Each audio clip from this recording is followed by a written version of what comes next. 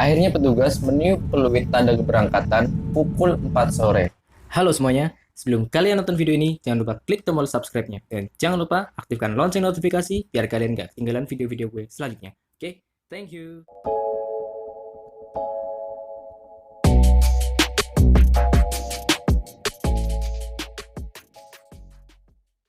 Halo semuanya, kembali lagi di Viv bersama gue Fajri, dan terima kasih buat kalian yang sudah klik video ini, tonton sampai habis, dan jangan lupa subscribe dan jangan lupa juga untuk nyalakan lonceng notifikasinya biar kalian gak ketinggalan video-video dari gue selanjutnya. Oke, kembali ke konten, kita nggak usah banyak basa-basi kali ini ya. Kali ini gue bakal bahas tentang tragedi yang terjadi di Terowongan Paledang, Bogor.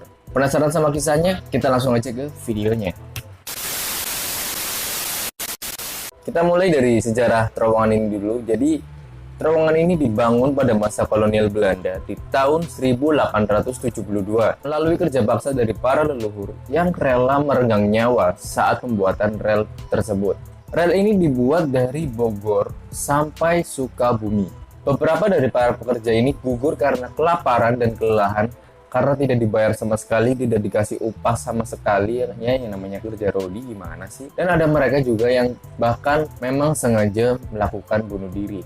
Terowongan ini mungkin memang terlihat seperti terowongan biasa, terowongan pendek biasa bagi orang-orang awam. Ukurannya yang hanya memiliki panjang sekitar 10 meter dan tidak memiliki ciri khas apapun. Namun siapa sangka kalau terowongan ini memiliki tragedi kelam di Bogor, Jawa Barat, yaitu tragedi yang menewaskan puluhan pelajar dari Jakarta yang nekat naik di atap gerbong kereta, dan kebanyakan dari mereka tewas secara mengenaskan, yaitu kehilangan anggota tubuhnya. Saat itu tidak seperti biasanya. Kereta Pangrango jurusan Sukabumi Bogor mengalami keterlambatan yang cukup lama. Yang dijadwalkan seharusnya berangkat pukul 1 siang, kereta baru berangkat pukul 4 sore. Keterlambatan ini bukan karena masalah teknis atau masalah lainnya, melainkan para pelajar yang tidak taat aturan. Para pelajar ini nekat naik ke atap gerbong kereta. Pada saat itu para pelajar ini hendak camping di Gunung Salak. Tindakan para pelajar ini membuat masinis dan petugas-petugas lainnya merasa marah karena mereka susah diatur dan tidak mau masuk ke dalam gerbong. Padahal ada gerbong yang belum terisi dan malah mereka memilih untuk naik ke atapnya. Akhirnya petugas meniup peluit tanda keberangkatan pukul 4 sore. Dan bahkan saat kereta mulai berangkat, para pelajar yang ada di dalam gerbong lebih memilih untuk naik kembali ke atap kereta. Mereka tetap memilih untuk naik ke atap kereta walaupun sudah berulang kali diingatkan kalau di depan ada terowongan yang beratap rendah. Karena mungkin kereta ini sudah mengalami keterlambatan yang cukup lama dan mereka berusaha untuk mengejarnya, akhirnya kereta ini melaju sangat kencang, tidak seperti biasanya. Bahkan penuturan warga sekitar saat kereta tersebut melewati kediaman para warga, getarannya sangat jauh berbeda seperti biasanya. Bahkan barang-barang mereka ada yang jatuh dan bahkan pecah. Saat kejadian, orang-orang yang duduk di atap di gerbong paling depan sudah memberikan isyarat kalau kereta akan melewati sebuah terowongan. Namun, karena jalannya berbelok, isyarat itu tidak sampai ke orang-orang yang duduk di paling belakang. Ada orang-orang yang berhasil loncat sebelum memasuki terowongan tersebut. Dan karena kecepatan kereta yang sangat tinggi dan jarak antara mulut terowongan yang sangat tipis dengan kereta, bahkan jika ada orang di atas dan orang ini tiarap, ini pun kepalanya masih bisa kebentur sama dinding terowongan. Apalagi ini mau camping dan pastinya membawa ransel dong. Beberapa orang yang tidak sempat loncat, akhirnya mereka mencoba untuk menyelamatkan diri dengan cara tiarap.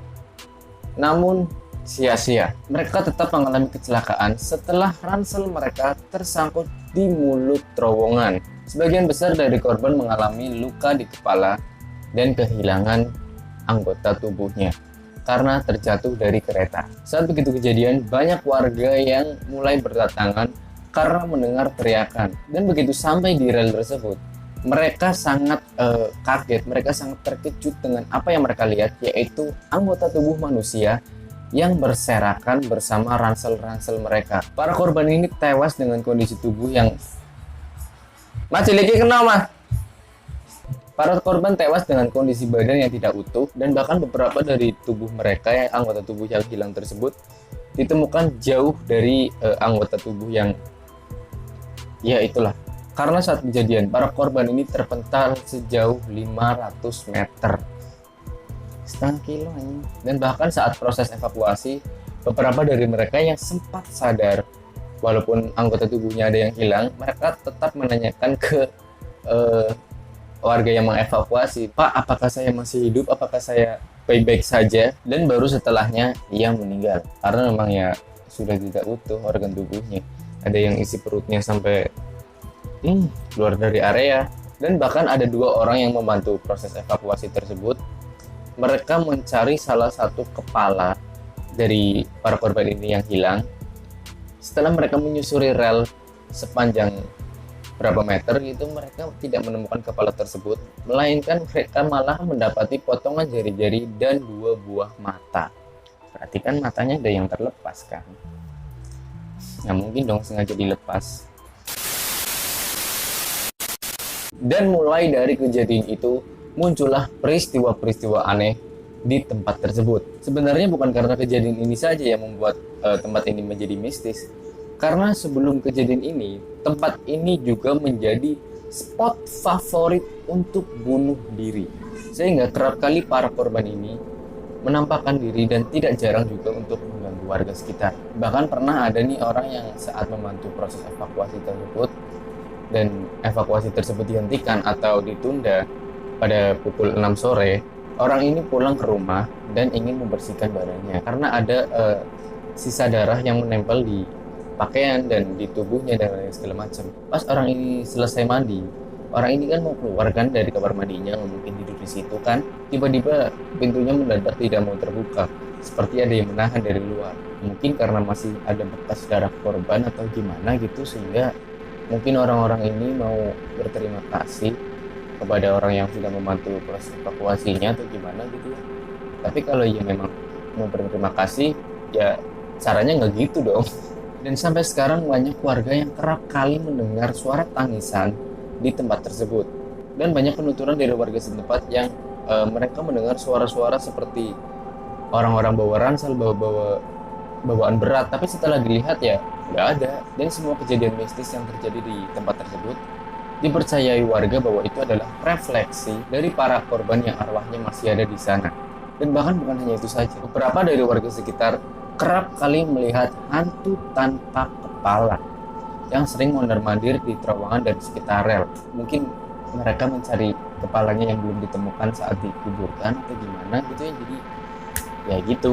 Dan yang lebih parahnya lagi, orang-orang ini bukan orang sih, hantu-hantu ini kerap kali menanyakan keberadaan kepalanya kepada orang-orang sekitar. Dan pernah suatu ketika salah satu warga sekitar berjalan di sekitaran rel pada malam hari, lalu ia menemukan tas ransel. Kemudian dia memberanikan diri untuk membuka tas ransel tersebut.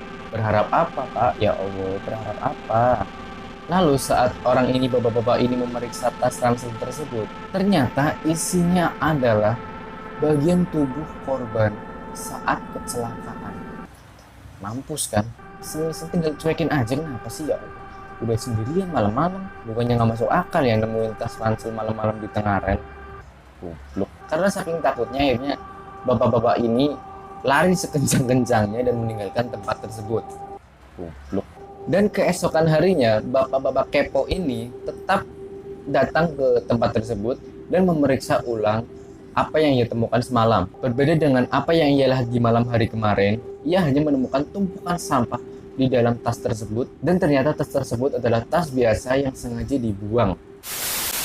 Semua peristiwa-peristiwa mistis ini yang mungkin terjadi, ya mungkin karena ini baru penuturan dari mulut ke mulut, belum juga pasti kebenarannya. Mau percaya apa enggak itu terserah kalian, kembali lagi ke kalian, mau percayanya apa enggak terserah ya. Namun kejadian yang ada di terowongan Paledang pada saat itu adalah benar adanya dan merupakan bagian dari sejarah. Ya walaupun kelam, tetap aja sejarah. Dan tidak ada salahnya buat kita untuk bareng-bareng nih berdoa buat para korban ini supaya mereka tenang di sana dan ya mungkin tidak mengganggu warga sekitar lagi mungkin. Oke, itu tadi adalah kisah-kisah yang terjadi di terowongan Paledang.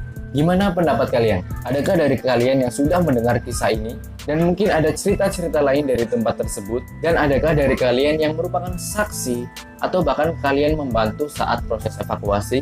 Dan bahkan apakah kalian yang merupakan teman-teman dari para korban tapi kalian masih diberi selamat?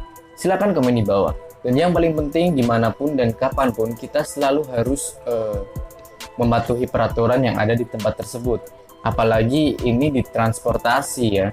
Jadi semua peraturan yang ada di sana mungkin untuk keselamatan diri kita sendiri. Jangan malah melanggarnya hanya karena ingin terlihat keren, terlihat beda, terlihat banyak gaya dan lain segala macam. Ingin terlihat keren boleh, tapi goblok jangan. Oke, segitu dulu video dari gue kali ini. Kurang lebihnya mohon maaf. Klik like jika kalian suka video ini dan share ke teman-teman kalian biar channel ini makin rame, makin banyak yang nonton. Jangan lupa subscribe dan nyalain lonceng notifikasinya biar kalian gak ketinggalan video-video dari gue selanjutnya. Oke, see you next time and thank you.